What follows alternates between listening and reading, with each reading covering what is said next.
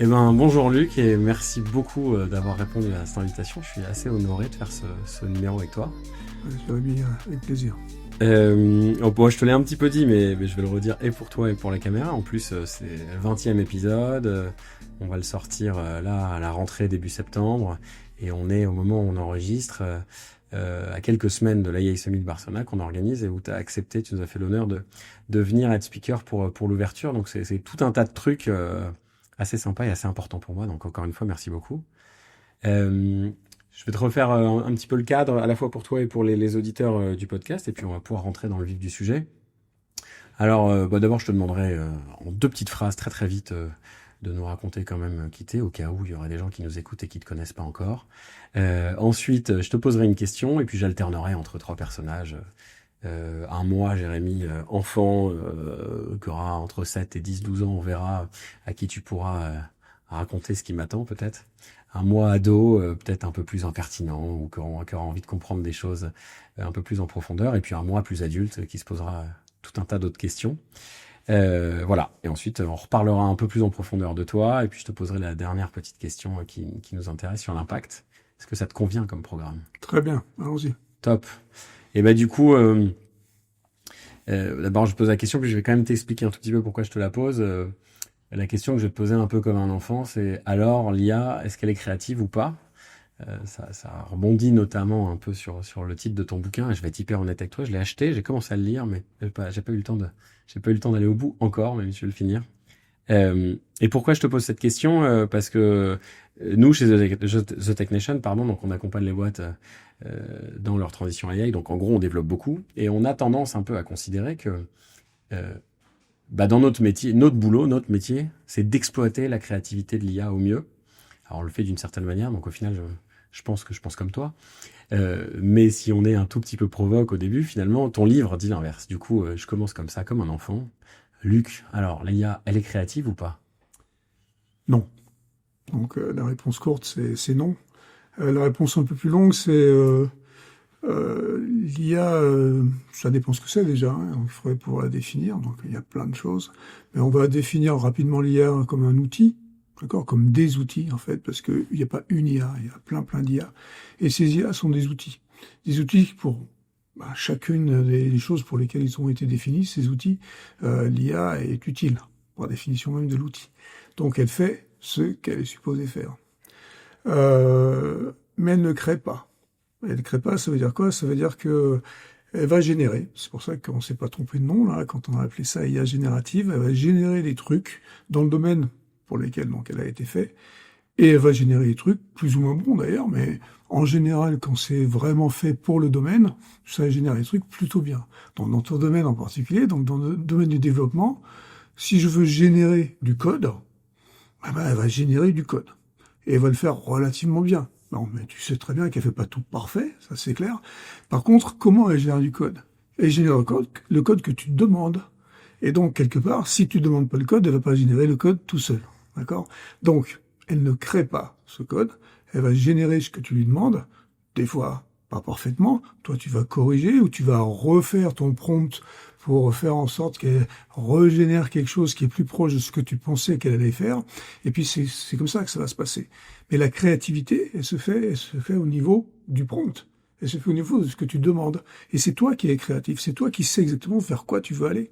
Donc, c'est pour ça que je dis, sans aucun problème, que l'IA n'est absolument pas créative. Elle génère. Elle génère à partir de choses qui sont des modèles, hein, c'est des modèles statistiques, ces IA génératives en particulier. Et donc, il y a des milliards d'exemples, et elle va taper dans ces milliards d'exemples, et elle va donc générer, en fonction de ce que tu demandes, quelque chose de particulier que tu lui demandes dans ce domaine particulier. Voilà. Ouais, moi je te rejoins complètement. Mais si on synthétise, allez, on va dire que je suis l'ado, ça veut dire que l'IA, elle s'est pas créée toute seule, elle est pas créative seule. Par contre, bien pilotée, si moi je suis créatif, ou même que je sais comment la rendre créative parce que je lui donne les bonnes informations, là elle va me permettre à moi d'être créatif. Donc en fait elle est artificiellement créative. En fait, c'est moi qui vais être créatif. C'est toi qui es plus créatif. C'est un nouvel outil.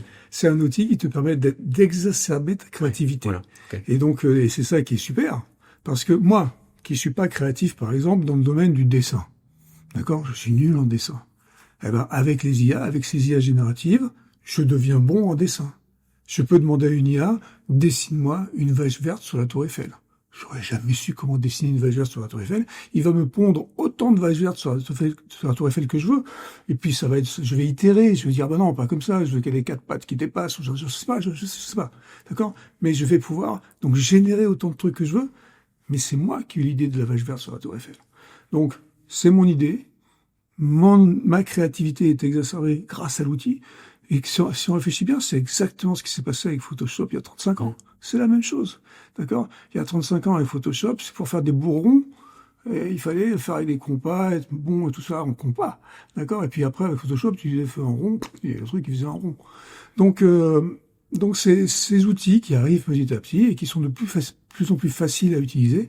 Et ceux-là, ils sont d'autant plus faciles à utiliser que tu t'exprimes en langage naturel à travers ce prompt.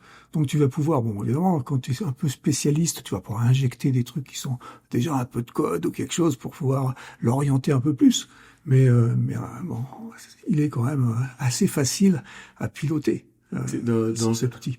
Point de vue informatique moderne, c'est sûrement le niveau d'outil le plus accessible qu'on ait eu depuis... C'est même plus accessible qu'Internet, parce que Internet, au début, c'était moins facile d'accès. Il fallait un ordinateur et tout. Ouais, il fallait un ordinateur. Puis si tu voulais faire de la programmation avec Internet, il fallait quand même que tu aies une notion d'API, machin et tout ça. Il fallait que tu appelles des fonctions, des trucs. Alors que là, aujourd'hui, tu dis, fais-moi un petit jeu, un petit vaisseau spatial qui va aller de droite à gauche et qui va tirer de haut en bas, machin. Enfin bon, tu fais un prompt de 30 pages. C'est eux, il va te pondre quelque chose qui est pas mal. Bon, ça va pas marcher du premier coup, certainement. Tu vas réitérer, tu vas peut-être modifier à la main un peu le code, exactement comme tu aurais fait avec Photoshop aussi. Si tu avais fait du dessin, tu aurais repris un peu avec ta souris des petits morceaux du dessin qui a été généré par les outils. Ouais, ok. Donc en gros, si on synthétise ça, c'est qu'en fait, ce que l'IA fait, enfin l'IA générative telle qu'on la connaît maintenant, que nous on sait pas faire, c'est qu'elle a accès à une pensée, une base de données, une bibliothèque de données à peu près infinie, et qu'elle peut faire toutes les combinaisons possibles entre ces trucs-là. Donc c'est comme si moi j'avais, en gros, mon cerveau actuel avec, j'étais inné, quoi, avec un savoir inné. Ouais, la seule différence, je parlerai pas d'infini parce que l'infini c'est compliqué, mais oui, une base de données incroyable, une capacité de mémoire incroyable, donc qui a vu des choses incroyables et donc qui sait des trucs que toi tu sais pas ou dont tu te rappelles plus et qui vont te permettre donc de le faire facilement juste en l'exprimant encore une fois par ce langage naturel. J'étais tellement impatient de te poser plein de questions, je me suis rendu compte que j'ai oublié la première étape de te présenter en 2 phrases. Alors tu sais quoi, si on reprend le thème, je vais te reposer la question comme un enfant de 6-7 ans, je vais te dire, mais pourquoi tu sais tout ça, Luc? Je sais tout ça parce que bon, ça fait un petit moment que je fais de l'informatique, on va dire, comme on dit dans les livres, il fait de l'informatique. Donc moi je suis informaticien, je suis mathématicien, informaticien, spécialiste des interfaces hommes-machines, donc spécialiste de parler aux machines, faire en sorte que les machines nous comprennent mieux, et j'essaye de faire des systèmes qui soient utilisables par les vrais gens. Voilà, c'est ce que je fais. Et donc, depuis très longtemps, mais si je donne ma définition en 2 mots, ingénieur français. Ok. Et le français, le mot français, si tu dois, vu que tu choisis que 2 mots, bon, ingénieur, on le comprend, français est important. Français est important parce que je pense qu'on a un système éducatif extraordinaire. On se flagelle souvent, on aime bien en France se critiquer en permanence. Et je pense qu'on a un système éducatif extraordinaire, pas parfait, dans le sens où on laisse simplement beaucoup de gens au bord de la route, et ça c'est embêtant, mais les élites qu'on forme sont extraordinaires, surtout en mathématiques, et ça, bon, les médailles Fields et autres le montrent bien, on a des mathématiciens formidables, et il se trouve que l'informatique et l'IA en particulier, c'est que des mathématiques aujourd'hui, et donc c'est pour ça qu'on est quand même très fort en IA en général. Ouais. Et si je te cire les pompes 2 secondes, tu fais partie de ces quelques Français notables dont on aime être fier à l'international, mais finalement on se rend vite compte que il y a de nouvelles générations, notamment avec Fidji qui a pris la tête et autres, mais je crois que les ingénieurs français sont souvent très très bien placés dans les équipes tech. On va beaucoup parler on va beaucoup parler des big tech américaines parce que c'est quand même elles qui font le...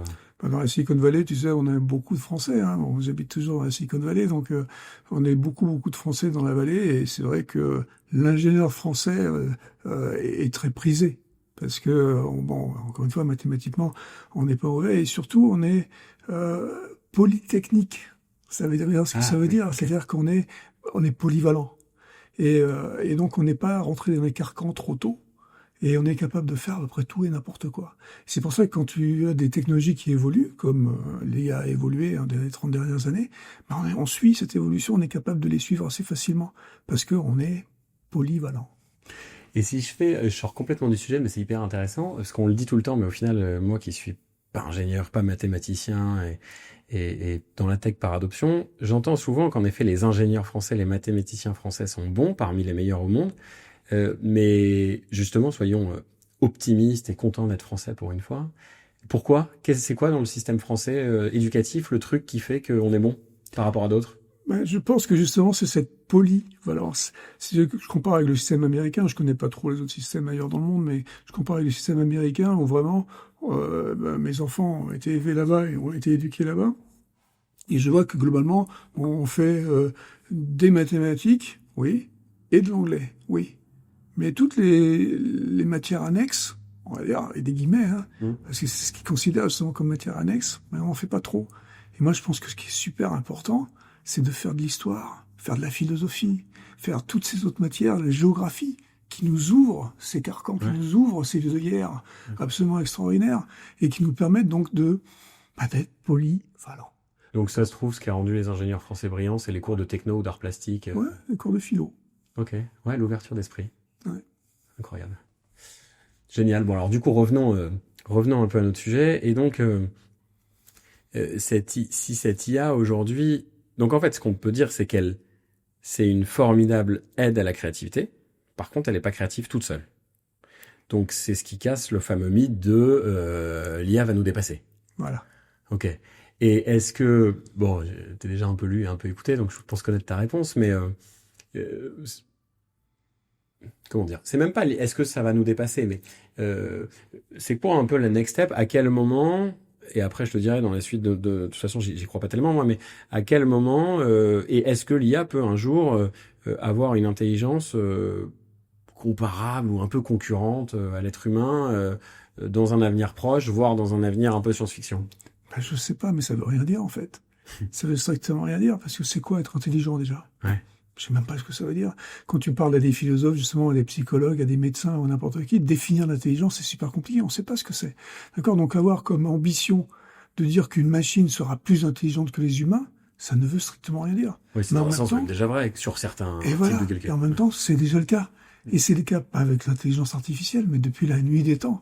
On crée des outils qui sont pour un domaine particulier, dans un domaine particulier, plus intelligents que nous. Et ça fait longtemps. Donc évidemment, l'intelligence artificielle existe depuis 1956 officiellement, c'est super.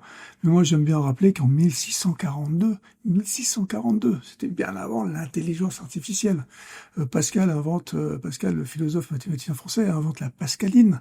La Pascaline qui faisait des additions et des soustractions de 4-5 chiffres. D'accord? Et donc, est-ce que c'est intelligent de faire une addition? Je sais pas. Mais faire une addition de 1769 plus 492, ça commence à être un peu, tu vois, ouais, il faut qu'on la poser, tu vois. Et la machine, donc la Pascaline, grâce à l'humain, avec l'humain, fait cette opération en 4 secondes. Et elle ajuste. D'accord? Donc l'outil, par définition même de l'outil, est meilleur que moi pour faire l'addition et la soustraction. Et donc... Il n'est pas polyvalent, en tout cas moins que l'être humain. Mais non, et lui justement, il n'est pas polyvalent, il est très spécialisé. Ouais. Dans cette spécialité, il est meilleur que moi. Et depuis des temps, j'aurais été chinois, je t'aurais dit que le boulier était une intelligence artificielle. Ouais. D'accord? Donc, il faut se calmer un tout petit peu. Ça ne veut strictement rien dire de vouloir atteindre ce que les Américains appellent les GI, Artificial General Intelligence. General Intelligence, ça ne veut rien dire. Donc, cherchons pas ça. Parce que de toute façon, ça a l'air inatteignable, on ne sait même pas ce qu'on veut atteindre. Mais par contre, cherchons plutôt à faire des outils qui soient incroyables, qui nous aident, qui soient ces aides extraordinaires qui, dans des cas particuliers, vont nous permettre de gagner du temps, d'être plus précis, de faire tous les trucs que font les outils très bien, et puis de nous concentrer, nous, sur les trucs qui sont difficiles à faire encore aujourd'hui par les machines, qui sont cette polyvalence, cette réflexion des choses cette créativité que nous, on va avoir et qui va être incroyable, qui va nous permettre de faire des choses comme l'innovation. Les machins incroyables. L'innovation, tu sais, c'est quelque chose d'extraordinaire parce que on va pas innover tous les jours. D'accord? C'est des trucs qui arrivent de temps en temps comme ça. Et c'est dans l'art, c'est dans la technologie, c'est dans n'importe quel domaine, l'innovation. Et donc, c'est des choses qui arrivent, qui ne sont pas des choses du passé. C'est des choses nouvelles, par définition même de l'innovation.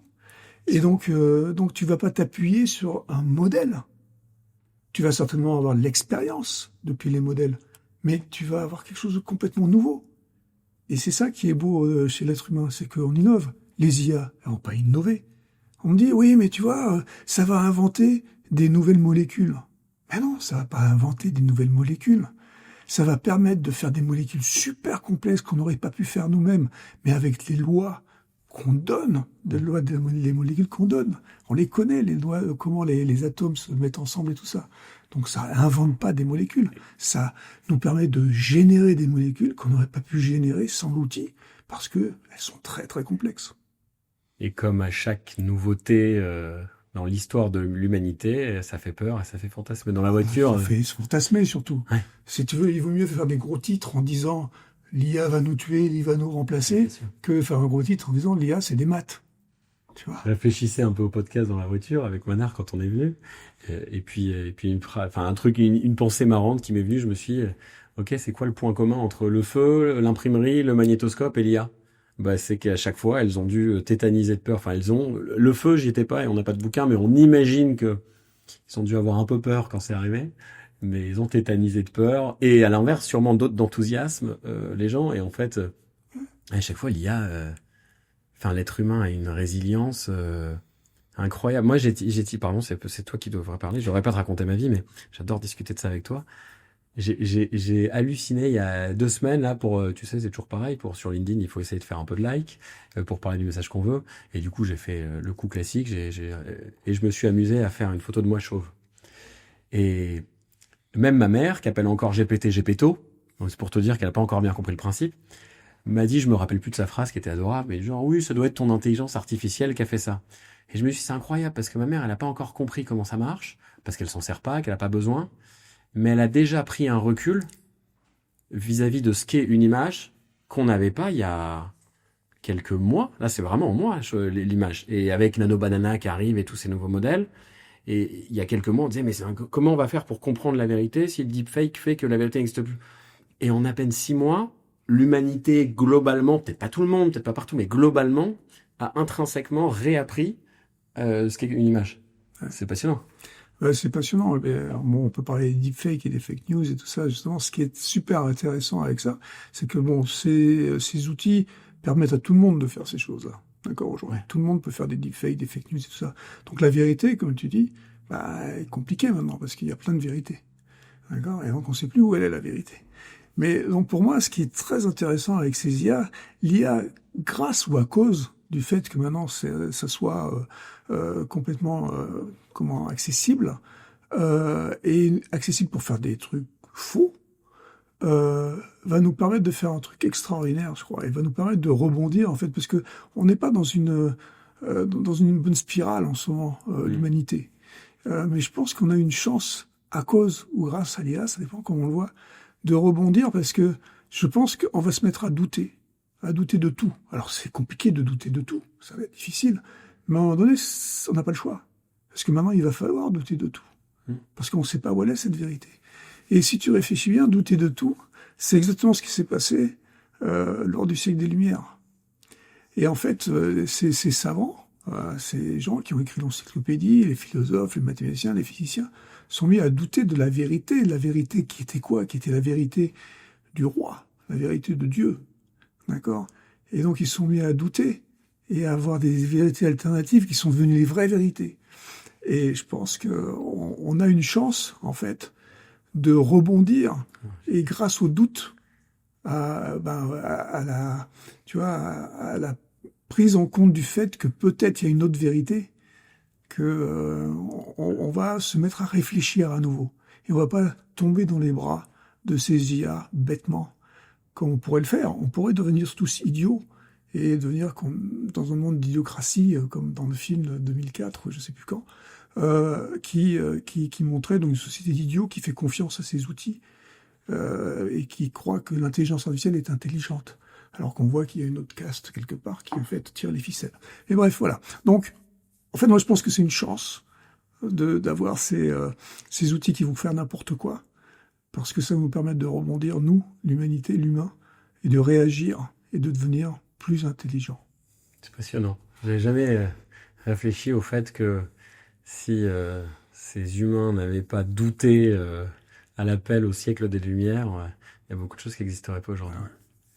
Ouais, parce qu'en fait, ce qu'on comprend, c'est que par définition, l'IA à la machine n'a pas de conscience. S'il n'y a pas de conscience, elle n'a pas la conscience du vrai ou du faux. Et donc, en fait, c'est pas son rôle, le vrai ou le faux. Elle est là pour générer. Elle génère, et puis les gens s'en servent.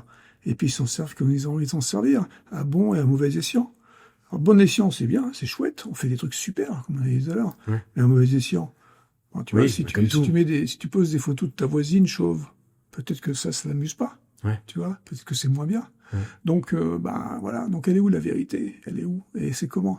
Et donc, c'est pour ça que, bon, il faut respirer, et puis, il va falloir... À peu près comme n'importe quel outil, quoi. Une voiture, un couteau, je peux cuisiner, être un chef étoilé, ou... Moi, tu vois, j'adore le marteau. J'adore le marteau comme outil, parce que c'est un outil extraordinaire, il plante le clou super bien. Il est fait pour ça. La vis, je peux planter la vis, mais ça marche pas très bien. Ok. Et puis, je peux m'en servir pour te taper sur la tête. Donc, il y a plein de façons d'utiliser le marteau, je peux le lancer aussi. Hein. Et donc, on se rend compte que l'outil, utilisé à bon escient, il est super. Utilisé à mauvais escient, il peut faire des dégâts. Ok. Je veux pas faire semblant d'avoir été hyper loin dans ton livre. J'ai vraiment pas eu le temps. Je l'ai acheté la semaine dernière, mais j'ai quand même eu le temps de me plonger dans quelques pages. Et tu dis un truc qui m'a fait pas mal réfléchir. En fait, t'expliques le fameux pourquoi faut pas l'appeler intelligence. Enfin, pourquoi c'est pas bien que ça s'appelle intelligence. Et en fait, d'ailleurs, tu dis pas on s'est trompé, tu dis on a mal compris le mot intelligence parce que c'est les Américains qui ont choisi le même intelligence que dans CIA, quoi, un peu. Voilà, c'est l'intelligence au sens américain qui était information. En fait, dans CIA, c'est information, ça veut dire information, intelligence. Mais c'est vrai que très rapidement, on a pris l'intelligence au sens smartness, au sens intelligence français, on va dire, parce que justement, ça faisait fantasmer. Oui. Parce que c'était plus rigolo de parler d'intelligence artificielle où on était en train de construire un humain à la, tu vois, comment il s'appelle, les 84, les gens, tu sais, comment il s'appelle celui qui se réveille là, qu'on crée artificiellement, je me rappelle plus. Je sais pas. Bon, je me rappelle plus, non, c'est idiot. Le géant qui est créé avec des morceaux partout et machin. Frankenstein. À la Frankenstein, tu vois, c'est plus rigolo. On est en train de créer un nouvel humain. On est Dieu, tu vois. Et donc, voilà, c'est plus rigolo de fantasmer là-dessus que de se dire, c'est que des outils. Ouais. C'est ce qui fait que plein de gens adorent... Oui, parce qu'en plus, maintenant, ça devient facile de créer une polémique. On parle même pas que de l'IA. Si on colle l'IA, les réseaux sociaux, etc. Ah bah là, c'est facile, ça part... Traîner de poudre, c'est extraordinaire. Ouais, c'est devenu... C'est pour ça que tu crées des vérités alternatives très facilement. Et c'est pour ça qu'il faut douter tout le temps. Et tu vois, il y a des métiers qui ont peur plus que d'autres. Il y a des métiers comme les journalistes, les enseignants, qui ont peur d'être remplacés. Et alors, moi, je leur dis tout le temps, les gars, mais vous savez pas être remplacés, vous avez une opportunité en fait extraordinaire, les journalistes. Vous avez une opportunité de faire votre métier, en fait, que vous avez peut-être un peu oublié, mais de faire de l'investigation. Parce que, en fait, quand il y a ces news, ces fake news, ces trucs-là, ce que raconte Poutine d'un côté, ce que raconte Trump de l'autre, peut-être qu'il faut aller investiguer un peu pour savoir ce qui est vrai, ce qui est faux. Et c'est ça qui est rigolo, c'est ça qui est votre métier, c'est ça qui devrait vous driver. Ouais. Il va pas falloir moins de journalistes pour faire ça, il va falloir plus. Donc c'est ça, et puis pour les enseignants c'est un peu pareil, ils ont peur, ils disent oui, comment je vais faire, les gamins ils apprennent tous avec les IA, et ils ont plus besoin de moi. Si, ils ont besoin de vous. Parce que ces IA, elles disent pas que la vérité, elles disent pas que les trucs vrais, elles font des erreurs, elles hallucinent. Et donc il faut jouer avec, il faut surtout pas les interdire, il faut leur montrer, qu'il y a des cas où elles marchent pas bien. Et donc, il faut faire des choix. Il faut choisir l'outil correctement, en fonction de ce qu'on veut faire. Oui, des fois, on peut l'utiliser pour rigoler, pour faire des trucs marrants. Puis des fois, on va l'utiliser pour des trucs sérieux. Mais donc, il faut faire un choix de ce qu'on va utiliser. Oui, parce que, en fait, le hard skills devient, je vais pas dire obsolète, mais il devient tellement accessible qu'il devient moins important. Mais par contre, l'autre, le soft skills, parce que finalement, c'était déjà le cas, mais je sais pas comment dire. Je pense qu'il y a quelques temps, notamment un ingénieur, un architecte, un avocat, etc., même s'il n'était pas forcément très curieux, par exemple, eh ben, s'il avait une capacité à emmagasiner du savoir, ça le rendait intelligent. Alors, on est bon dans ce qu'il faisait. À partir d'aujourd'hui ou d'avant-hier, ben en fait, j'ai beau avoir emmagasiné beaucoup de savoir, si j'ai quelqu'un à côté de moi qui est plus curieux, plus ouvert d'esprit, plus malin, en 5 minutes, c'est même pas 5 minutes, parce que d'ailleurs, il a le même savoir que moi. Et du coup, ce qui devient le plus important, c'est ça devient le soft skills. L'utilisation de l'outil. Ouais. Utiliser correctement l'outil. Donc, en plus, si je suis formé, parce qu'il faut faire attention, il y a une autre chose, moi, qui m'embête beaucoup dans ce que j'entends, la petite musique que j'entends ces temps-ci, tu vois, enfin, depuis un petit moment, c'est, on n'a plus besoin de se former, parce que l'intelligence artificielle va le faire à notre place. Ça, c'est une grosse erreur. Il faut surtout se former, parce que justement, celui qui va être formé, et qui en plus va utiliser l'outil, bah, il va être bien meilleur que celui qui va utiliser que l'outil. Parce que il va pas savoir si l'outil va lui pondre quelque chose de bien ou pas bien, tu vois. Donc encore une fois, on revient sur le doute et sur la capacité de se demander l'esprit critique, tu vois, de ce que va nous faire cet outil. Parce que moi, si j'ai les skills, si j'ai le savoir déjà du domaine, ben, je vais dire, ah bah non, là, quand même, c'est bizarre. Et je vais peut-être utiliser un autre outil et je vais les comparer, etc., etc. Donc, j'ai une capacité qui va être bien meilleure et je vais être bien meilleur dans mon métier quand je vais utiliser ça. Mais surtout, il faut que je me forme initialement. Si je me forme pas initialement, et d'ailleurs, on parle souvent de l'école, mais je parle pas que de l'école, moi, en fait. Je parle tout au long de la vie, tout au long de la vie. Il faut se former, il faut continuer à se former continuellement dans son métier. Parce que l'IA va pas le faire à notre place. Ouais, complètement. Je vais pas déblatérer là-dessus, mais dans la vie de tous les jours, grâce à GPT ou n'importe lequel, je suis capable de rédiger un courrier d'avocat basique. Par contre, si je suis pas avocat ou que j'ai pas des connaissances en droit, bah, il y aura forcément des erreurs dedans. Ouais, il va peut-être faire des erreurs. Un pourcentage, c'est statistique, donc il y a un pourcentage d'erreurs qui n'est pas faible. Et donc, bah, il y a une bonne chance qu'à un moment donné, qu'ils te disent n'importe quoi. Et si tu le sais pas, tu le sais pas. Je vois que le temps passe, donc je vais passer là-dessus, mais il y a quand même une question que je peux pas m'empêcher de te poser. Donc finalement, j'aurais pris presque lui, mais de redevenir enfant 2 secondes. Je me dis que d'avoir un scientifique comme toi en face de moi, ça m'arrive pas tous les jours. Et j'ai envie de te demander comment ça marche. Parce que maintenant, on voit l'interface, ça devient une évidence, presque un acquis. Mais quand tu penses avec un peu de profondeur, moi qui suis pas ingénieur, j'ai encore l'espèce de, mais comment ça marche? Ouais, bah c'est pas si compliqué que ça en fait. Hein. Tu sais, c'est fait les IA génératives, le deep learning, le machine learning, toutes ces IA qui sont maintenant qu'on utilise depuis 30 ans. C'est donc des mathématiques, c'est des statistiques. Okay, donc c'est des modèles. On crée ces modèles, des modèles donc qui viennent avec des données. Hein, donc on met beaucoup de données dans ces modèles, et puis après on essaie de comparer ce qu'on est en train de faire avec ce modèle. Et on cherche dans ce modèle. Mais ça ressemble à quoi un modèle? Un modèle, ça ressemble à rien en fait. Hein, si tu veux, ça va être. Alors, on parle souvent de réseaux de neurones, d'accord, avec des couches. Donc, si tu regardes un réseau de neurones, tu comprends rien en fait. Mais si tu avais à le représenter, ça serait un espace multidimensionnel, d'accord, dans plein de dimensions, avec des petites boules, si tu veux, de savoir. Et donc qui te permettent, quand tu vas aller interroger ce modèle, tu vas venir essayer de te coller le plus proche possible d'une boule, tu vois, pour savoir si t'es pas un truc qui existe déjà. Alors comme c'est très compliqué, comme il y a plein de boules, et puis comme il y a plein de dimensions, bon, c'est excessivement compliqué juste d'aller chercher la bonne boule dans ces modèles. Mais en gros, il faut imaginer ça comme un espace multidimensionnel de plein de trucs, avec donc des paramètres qui définissent les dimensions de chacune des boules. Bon, en gros, c'est un truc comme ça. Et donc, mais c'est des statistiques. C'est-à-dire que à la fin, après, quand tu vas aller chercher, par exemple, tu veux comparer une image d'un chien et demander si c'est un chien ou si c'est un chat, eh ben, il va aller chercher dans le modèle, hein, il va les comparer, et puis il va dire que c'est plus proche d'un chien que d'un chat. Tu vois, et donc de la même manière, après, quand tu vas poser une question un peu plus compliquée aujourd'hui avec les GPT, ce que tu vas faire, c'est, ça va essayer de compléter tes phrases, en gros, c'est de la complétion. Alors c'est un peu comme de la complétion sur ton téléphone quand tu écris un email, tu vois, mais beaucoup plus compliqué, parce que ça peut compléter des choses très très complexes, et donc ça va essayer de trouver ce qui a déjà été dit ou fait dans ce domaine quelque part. On parlait de code tout à l'heure. Si tu te demandes fais-moi une fonction pour écrire foubar, tu vois, il va te faire la fonction. Voilà, donc c'est de la complétion, c'est du matching par rapport à ce qui est dans ces modèles.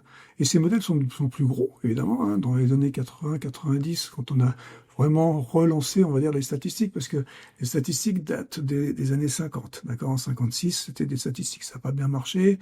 Après, on a fait de la logique, beaucoup. D'accord, donc on appelait ça les systèmes experts. Les systèmes experts, c'est très intéressant, c'est de la logique. Si, machin, leur truc, et puis on crée des arbres de décision, et ces arbres de décision nous permettaient de parcourir l'arbre, et puis d'avoir une décision à la fin. Donc ça avait l'air intelligent. Mais en fait, toutes les règles étaient des règles que nous, on avait décidées. Et donc après ça, bon, ça a marché, mais après est arrivé Internet avec beaucoup de données, et donc on s'est dit, on peut refaire des statistiques comme dans les années 50. Et donc on a fait le machine learning d'abord, donc on a appelé ça machine learning, c'est un bon nom d'ailleurs pour l'IA machine learning.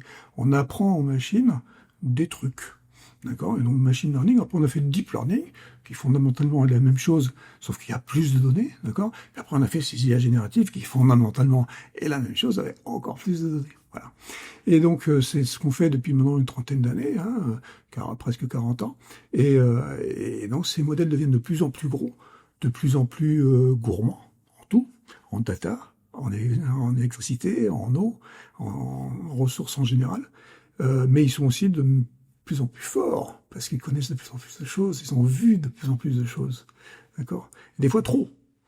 Donc, des fois, ils sont confrontés. C'est les biais un peu. C'est ce qui crée. Alors, il y a des biais, il y a des hallucinations, il y a plein de choses. Et donc, c'est là qu'il faut faire attention. Et c'est là que je pense que ce qui va arriver, c'est ce qui arrive aujourd'hui. Parce qu'on retombe dans quelque chose qu'on appelle les IA agentiques maintenant. Donc, les IA où c'est des agents. Les agents sont des agents qui sont des petites IA beaucoup plus spécialisées dans des domaines particuliers. Donc, du coup, elles ont moins de chances de se tromper sur un truc général. Et donc, ces IA-là, elles vont permettre de faire des tâches super complexes, en fait, mais en orchestrant la façon dont on va appeler ces différentes petites IA, petites, il faut mettre des guillemets quand même, hein, mais ces différentes IA, comment on va les appeler, et donc on va orchestrer pour qu'elles fassent des tâches complexes plus ou moins autonomes. Il faut faire attention au mot autonome aussi, parce que c'est quand même quelque chose que j'ai demandé. Ok, donc en fait, ma potentielle armée d'agents que j'aurai bientôt, c'est mon réseau de neurones en plus développé d'une certaine manière. Voilà, c'est des gros neurones, là, tu vois, ça va être des gros neurones qui vont être chacun spécialisés dans des domaines particuliers. Donc chacun de ces neurones, c'est une IA. En fait, les agents, ça date pas d'hier non plus, hein. Les agents, ça date des années 80. On appelle maintenant ça agentique parce que c'est plus joli de parler d'agentique que d'architecture d'agents. Mais dans les années 80, chacun de ces petits agents, en général, étaient des systèmes experts, justement. Donc ils étaient experts dans un domaine particulier. Et donc aujourd'hui, ces petits agents, encore une fois petits avec des guillemets, peuvent être des systèmes experts toujours, pourquoi pas, mais ils sont surtout des IA génératives en général. Et qu'est-ce qu'a fait pour le grand public, parce que je pense que toi en tant que scientifique tu vois les choses différemment, mais pour nous grand public, pourquoi il y a eu un boom je me rappelle pas, mais ça fait... Enfin, il y a 2 ans, pas grand monde ne parlait d'IA, en tout cas pas grand monde n'utilisait GPT, etc. Et aujourd'hui, en tout cas en Europe et dans pas mal d'endroits, presque tout le monde utilise l'IA. Ouais. Il y a eu un... Novembre 2022. Donc en fait, c'est vraiment arrivé. Bon, les IA génératives sont dans le monde scientifique avec des papiers depuis 2017 à peu près, d'accord, hein. Google a fait des papiers à l'époque. Mais c'est vraiment développé depuis. On l'a vu arriver en juillet 2022 avec Midjourney. C'était l'un des premiers trucs qu'on a vu. Il y a eu un scandale. Un gars qui, à Denver, dans le Colorado, avait gagné un concours de peinture en utilisant Midjourney, donc un générateur d'images, une IA générative d'images. Et il l'a dit. Il a dit, j'ai utilisé Midjourney. Bon, et puis ça a été un scandale. Alors là, c'est l'ordinateur qui a créé le machin, c'est l'IA qui a créé le machin. Non, c'est pas l'IA qui a créé le machin, c'est le gars qui avait utilisé l'outil pour pouvoir générer correctement ce qu'il avait lui en tête pour faire son tableau de cette porte sur Soleil, etc. Bon, je sais plus trop ce que c'était. Et donc, mais c'est arrivé surtout après, en novembre 2022, avec ChatGPT 3.5. Et le grand boom, c'était janvier-février 2023, quand il y a eu en 2 mois 100 millions d'utilisateurs de ChatGPT 3.5. C'était la technologie la plus rapidement adoptée dans l'histoire des technologies. En 2 mois, 100 millions d'utilisateurs, ça n'avait jamais été fait avant. Et donc, effectivement, pourquoi ? Le pourquoi, c'est le prompt.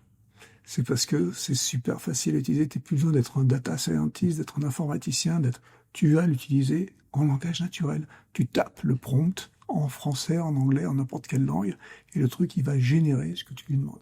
Et donc ça, c'est OpenAI qui a inventé le concept de prompt, non ? Non, le prompt était Midjourney, il y avait des prompts déjà. Ouais. Donc justement, ce peintre amateur là qui a fait ce truc en juillet 2022, il n'a jamais voulu dire exactement combien de prompts il avait fait. Il avait dû créer pour pouvoir générer donc tout son tableau là, mais c'est certainement des centaines de prompts. Et en plus de ça, après, il a remodifié son dessin avec Photoshop.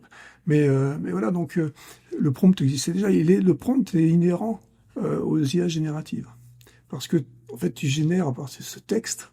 Tu vois, c'est ce texte. Puis après, tu mets des images aussi, hein, mais tu vas générer à partir du texte. Donc, c'est ces trucs que tu vas essayer de retrouver dans les patterns, je sais plus comment on dit en français les patterns, dans ces gros modèles. Ok. Donc en fait, j'imagine quand même sa puissance, sa capacité à traiter beaucoup de choses, mais c'est surtout son accessibilité qui l'a rendu entre guillemets révolutionnaire. Oui, c'est l'accessibilité. La révolution, pour moi, elle est dans l'accessibilité, elle n'est pas dans la mathématique. Elle n'est pas dans la. C'est génial, hein, le fait de pouvoir faire ce qu'on appelle les transformers, qui est donc à l'origine des IA génératives.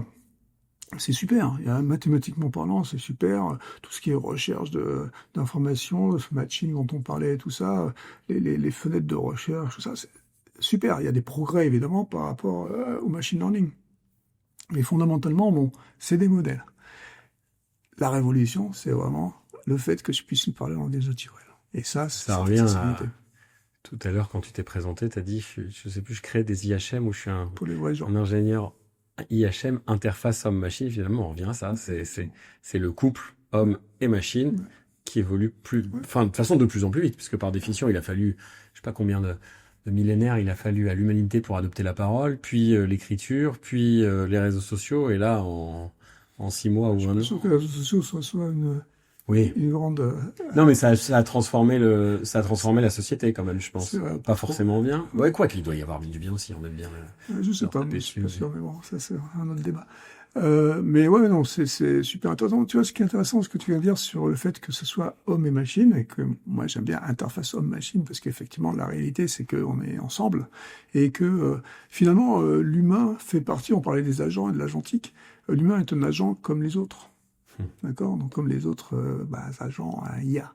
Bon, bref, ça c'est quelque chose. Mais ce que je trouve super intéressant, c'est ce qui s'est passé dans les années qui viennent de s'écouler en robotique. Alors robotique, on était tous excités, machin, on a des robots partout, tout dans les années 70, 80.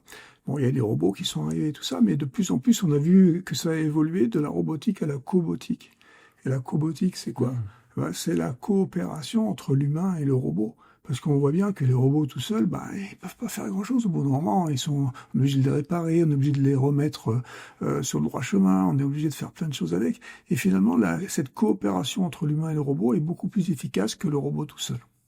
Ouais, c'est vrai qu'on est en train, je m'en étais pas rendu compte, mais on était en train de perdre petit à petit un peu le fantasme du robot qui fait tout, qui est à la maison, à qui on peut tout demander. Et par contre, en fait, on se rend pas tellement compte qu'on a des petits objets du quotidien, la montre ou le téléphone, qui font un nombre de choses absolument incroyables. Donc tous ces agents, parce qu'encore une fois, pour moi, c'est la même chose, c'est des agents. L'informatique, les agents, les interfaces homme-machine, les objets connectés, tout ça, c'est pareil, en fait. C'est un monde qui nous permet de contrôler ou d'être contrôlé par différents objets. Et ça, c'est super. Et donc, il vaut mieux penser unitaire, donc des petits trucs qui vont travailler ensemble, plutôt que penser, encore une fois, générique. Et je reviens à cet AGI, donc fantasmé, qui serait le machin ultime. Ou je sais même pas, encore une fois, ce que ça veut dire. Ouais, j'adore cette image que tu donnes. On fantasme plus du robot, mais je suis en train de penser j'ai lu, je sais plus quand, les derniers AirPods qui marchent avec un truc que tu connais un peu. On va parler de toi après. Mais qui, je crois, intègre, en plus de tout le reste, un capteur cardiaque qui va me donner ma santé, mon truc, mon machin. Donc Rythme il n'y a cardiaque. pas si longtemps, j'avais mon gros fil. Avant ça, j'avais tout ça, mon Walkman. Et puis maintenant, avec un petit truc dans l'oreille qui peut me faire parler à des gens qui sont à l'autre bout de la terre, écouter de la musique, mais qui sont aussi capables de me donner de l'info sur moi. Mhm. C'est vrai que, je sais pas, il y a 20 ans en arrière, tu montrais ça à Ono d'il y a 20 ans. Bon, peut-être que toi, tu le voyais venir. Je sais pas, mais en tout cas, moi, j'avais 39 ans, donc j'avais 19 ans, j'y aurais pas cru probablement. Alors que finalement, ok. Trop bien. Bon, bah, du coup, ça nous fait un peu la transition, que j'ai quand même le temps d'en apprendre un peu plus. J'ai envie, si t'es ok, de parler d'un peu plus de toi maintenant. Moi, la question que j'aime bien poser, parce que bon, présente-toi, on l'a déjà fait, puis ça peut vite être un peu rasoir. Est-ce que tu pourrais essayer de me décrire en quelques phrases le chemin qu'il y a entre Luc, je sais pas à quel âge tu veux démarrer, mais enfant, tiens, à l'école, qui fait, je sais pas si, ce qu'il y avait comme matière quand tu étais à l'école, est-ce qu'il y avait de l'art plastique et de la techno, et celui que tu es aujourd'hui, et puis quand même avec, en revenant sur les deux, trois grandes étapes. Moi, j'ai toujours bricolé beaucoup. Donc, j'adorais bricoler depuis que je suis tout petit. Hein, donc, 5, 6 ans, je bricolais, je faisais n'importe quoi. Hein. De l'électricité, j'appelais ça faire de l'électricité. Donc, je faisais des alarmes dans ma chambre pour pas que ma soeur rentre. Enfin, donc, je faisais des trucs de débile mental. Mais bon, c'était rigolo, ça sonnait, ça faisait gring, machin. Je m'électrocutais de temps en temps. Enfin, bon, c'était marrant. Après, j'ai eu la chance, à ce moment-là, il y a les kits d'électronique qui ont commencé à être un peu à la mode, donc j'ai fait un peu d'électronique à ce moment-là, avec faire à souder, machin, faire des sirènes qui faisaient pimpon, des trucs qui s'allumaient, j'ai mis des lumières qui dans ma chambre avec de la musique, machin, ça c'était rigolo. Bon. J'avais, je sais pas, 8, 9 ans. Et puis j'ai fait mon premier robot à 9 ans, un robot pour faire mon lit. Parce que c'était longtemps, fallait faire son lit à l'époque, hein, c'était pas un truc où tu avais une couette, tu faisais comme ça. Il fallait faire le lit avec les draps, les machins, la couverture, bordée. Donc j'ai fait un robot qui a pas marché, mais qui m'a pris beaucoup, beaucoup de temps à faire. Et j'ai adoré ça, j'avais 9 ans. Et puis après, bah, là, juste là, est arrivé l'informatique personnelle.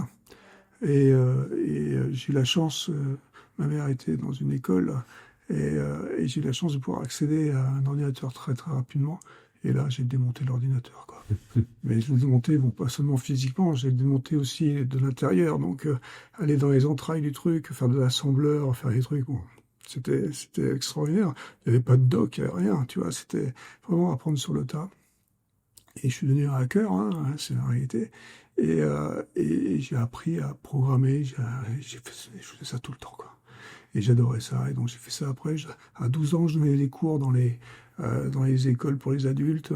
Bon, il faut se remettre à l'époque, hein, on est en 82, 80, dans les années 80, là, tu vois. Donc c'est tôt. Et donc voilà, je commence avec un PET 2001, 64, un Commodore PET 2001, après un Commodore 64, après un Commodore 128. Je suis très Commodore. Ouais, c'était génial. Donc j'ai fait beaucoup d'informatique.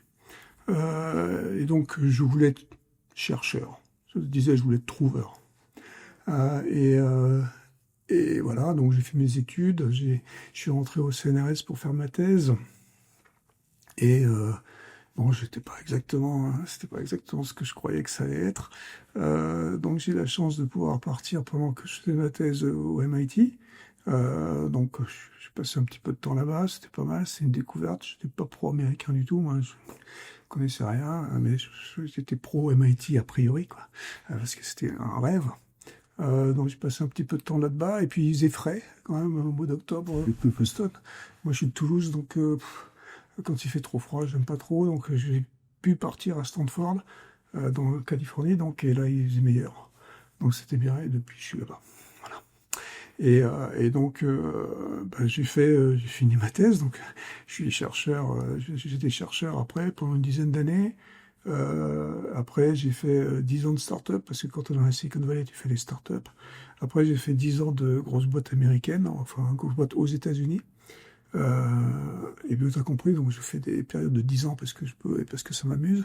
Et puis depuis 4 ans maintenant, j'avais décidé de faire une période de 10 ans de grosses boîtes françaises. Voilà. Donc c'est mes 30 et quelques dernières années. Et j'ai encore 6 ans de grosses boîtes françaises à faire. Et dans la recherche, on a fait des trucs super. J'ai créé mon labo à Stanford qui s'appelait CHIC, le Computer Human Interaction Center, donc très français, tu vois, très chic. Et ça, c'était bien. On a fait des trucs de débiles. On a fait plein de technologies qui sont aujourd'hui. Il y en a quelques-unes qui n'existent toujours pas. Enfin, on a montré les prototypes, ça marchait vraiment, mais ça n'a pas été industrialisé encore. On a fait le premier frigo connecté, la première voiture connectée. On a fait les premiers systèmes de réalité augmentée. Et on a fait des agents conversationnels, speech et multimodaux, gestes aussi.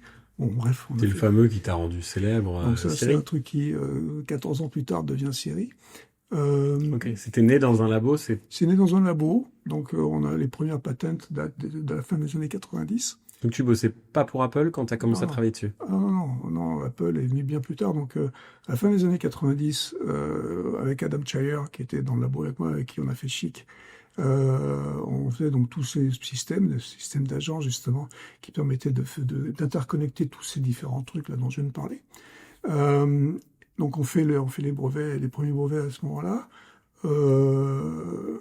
Moi en 2000, je m'en vais de la recherche, puisque je commence à faire mes 10 années de start-up.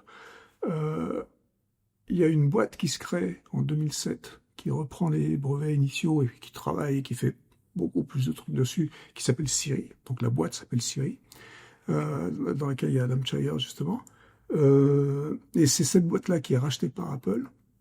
Et quand Apple la rachète, le CEO de la boîte veut pas aller chez Apple, et Adam Chaya me demande de venir chez Apple pour pouvoir prendre la direction de Siri, parce que c'était notre bébé de 14 ans d'avant. Voilà, donc ça c'est l'histoire de Siri. Et donc non, Apple a racheté donc la boîte et les brevets, ceux de la boîte de Siri, et les brevets initiaux qui dataient des années 90.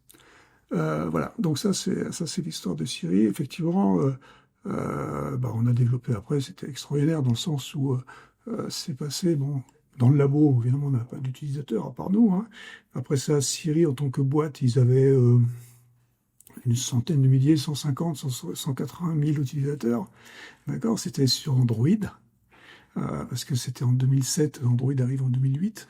Donc ils sortent le truc en 2008 sur Android, et c'est là que Steve Jobs le voit et est intéressé. Mais à ce moment-là, ils avaient, comme j'ai dit, un peu plus de 100 000 utilisateurs. Et puis ça passe donc de 100 000 utilisateurs à des centaines de millions d'utilisateurs dès qu'Apple met sur le iPhone 4S en octobre 2011. Et donc c'est développé un peu. Aujourd'hui, il y a 500 millions d'utilisateurs de Siri. On parle d'utilisateurs mensuels là. Alors, donc voilà, ouais, c'est une expérience intéressante. On est par définition sur une interface homme-machine dans toute sa splendeur. Donc là, on est dans... Alors le rêve des années 90, c'était une interface conversationnelle. Donc c'était quelque chose où on allait pouvoir discuter avec la machine. Et il faut se remettre, donc à l'époque, on voulait discuter avec Internet. Parce que Internet était en train d'arriver, il n'y a pas Google encore, hein, en 97, il n'y a pas Google. Donc on voulait discuter avec Internet, on voulait trouver les trucs avec Internet, avec la voix. Donc on avait ce petit assistant, donc un assistant, à qui on parlait pour aller chercher des trucs sur Internet. Et donc voilà, donc ça a commencé comme ça. Mais le truc c'est que, finalement, la technologie était telle qu'on n'avait pas l'opportunité de faire une vraie conversation. On disait, trouve-moi les hôtels avec une piscine à San Francisco. Et alors, on allait trouver les hôtels avec une piscine à San Francisco, point barre. Après, il fallait refaire une requête, etc. Ce qui est magnifique aujourd'hui, donc maintenant 30 ans plus tard, on a des vrais agents conversationnels avec ces IA génératives. Et donc, le rêve de Siri des années 90, il est en train d'arriver aujourd'hui. Alors, pas chez Apple, pas encore. Apple est toujours un peu lent à implémenter les trucs. Donc, mais certainement, là, il va y avoir bientôt un Siri qui va être beaucoup plus conversationnel. Ça veut dire quoi? Ça veut dire qu'au lieu d'avoir un seul tour de conversation, on va avoir plusieurs tours de conversation les uns après les autres. Aujourd'hui, avec un chat GPT, tu peux parler 30 fois, tu peux avoir des allers-retours. Avec Siri à l'époque, donc tu ne pouvais pas faire ça. Incroyable. Et tu as déjà prévu les 10 ans d'après? Alors, moi, je suis pas trop dans la vision de ce qui va se passer. Donc, j'aime bien faire des trucs, montrer que ça peut marcher. Puis après, on verra ce qui se passe. Ce qui s'est passé, tu vois, avec la réalité augmentée, par exemple, ce qu'on avait fait dans les années 90 aussi en réalité augmentée, c'est arrivé bien plus tard. Hein, on avait fait un pare-brise augmenté dans la voiture, où tu avais donc s'affichait sur le pare-brise des trucs où tu pouvais dire où tu voulais aller en faisant des gestes sur le pare-brise. Tu vois, bon, c'était de la réalité augmentée, parce que ça s'affichait sur le pare-brise. Minority Report dans la voiture. Voilà, mais c'était en 96, 97, d'accord? Et donc, bon, c'est arrivé plus tard, mais on avait un système qui marchait. On avait un frigo connecté, qui était un frigo qui te permettait de savoir ce qu'il y avait dans le frigo à tout moment. Il pouvait commander des trucs, un Webvan à l'époque, parce que c'était un mode Webvan, ça n'existe plus, non, mais pour faire des courses, ça pouvait te dire ce que tu pouvais faire comme recette. Enfin, ce frigo-là aujourd'hui, il n'existe pas. D'accord, chez les Samsung et les LG, ceux qui font des frigos un peu connectés ou un peu avancés, il n'y a pas encore ces fonctionnalités. Ça va venir. Je peux pas te dire quand. D'accord. Donc du coup, tu vois, ça c'était il y a 30 ans qu'on a fait ce frigo. Et ce frigo marchait. On a fait un four micro-ondes qui était programmé par les plats que tu mettais dans le four micro-ondes. C'est-à-dire que le plat avait une petite puce qui avait à l'intérieur la programmation de ce qu'il fallait mettre dans le four. Tu vois. Donc bon, et ça n'existe pas non plus. C'est que des trucs un peu... c'est pour les vrais gens. C'est des trucs pour ce que j'appelle les vrais gens. C'est-à-dire que c'est des trucs utiles où t'as pas à trop réfléchir, t'as pas d'interface en fait. La meilleure interface, c'est quand il n'y en a pas. Ouais. D'accord. Et donc, quand t'as pas à apprendre des trucs, parce que c'est trop compliqué d'apprendre des trucs. On veut pas que les gens soient feignants, c'est pas ce que je suis en train de dire. Mais on veut qu'ils fassent autre chose que d'apprendre à utiliser les outils. Donc voilà. Et donc, dans 10 ans, j'en sais rien. Je sais pas, mais... Je disais ça au sens de ta carrière, vu que tu fais les tranches de 10 ans. Ah oui, les 10 ans, là, donc ces 10 ans-là, c'est des grosses boîtes françaises.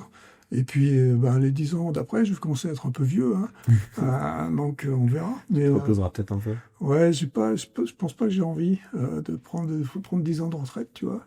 Ça me dit rien du tout. Mais bon, on verra. Je sais pas encore. Et donc là, pour le moment, tu construis des voitures. C'est peut-être pas le bon terme. Ouais, en tout cas, tu travailles sur la voiture de demain chez Renault. Alors, je travaille pas sur la voiture de demain, dans le sens où on travaille sur la voiture d'aujourd'hui. Oui. Et on fait pas que des voitures, en fait. Donc, on a plusieurs équipes qui font du software, qui font de l'IA, qui travaillent sur des outils pour les usines, des outils pour les cols blancs, des outils pour les gens qui travaillent chez Renault. Des bornes de recharge pour les voitures électriques. On a mis depuis décembre 2024 dans la voiture elle-même, on a un petit assistant qui s'appelle Reno, R-E-N-O, qui est un petit assistant rigolo qui te permet de comprendre comment marche la R5, qui est sorti en décembre. Et donc on a réussi à rajouter ça dans la voiture. Cet assistant, il est assez sympa, c'est un LLM, hein. Donc tu peux lui poser des questions sur la voiture, tu peux lui faire descendre les vitres. Tu peux pas lui demander de freiner, d'accord, parce qu'il faut pas. Mais par contre, descendre les vitres, mettre la clim, mettre la radio, enfin des trucs comme ça. Donc tu peux lui parler naturellement. Puis il est sur l'écran, il te montrer des trucs. Enfin bon, il est marrant. Tu peux lui poser des questions aussi sur Napoléon, si tu as envie de lui poser des questions sur Napoléon, hein, bon, pourquoi pas. Et puis, il va être proactif. Donc c'est là où il est rigolo, en fait. Il va être réactif, donc, comme je viens de dire juste avant, mais il va être proactif aussi, c'est-à-dire que dans Paris, maintenant, tu sais, on peut plus rouler à plus de 25 ou 35, je sais plus ce que c'est. Et si tu roules un peu trop vite, sans te faire trop chier quand même, faut pas exagérer, mais il va te dire de temps en temps, attention, tu roules peut-être trop, est-ce que tu veux que je te montre comment on met le régulateur de vitesse? Tu vois, donc il va t'aider à faire un peu attention, voilà. Donc ça, c'est un petit avatar, un petit agent, un petit assistant qui est dans la voiture et qui est sympa. Donc on va plus, quand on conduit à Paris, on va plus seulement s'engueuler avec les autres voitures, mais aussi avec sa propre bagnole. On va s'engueuler avec son agent. Ouais.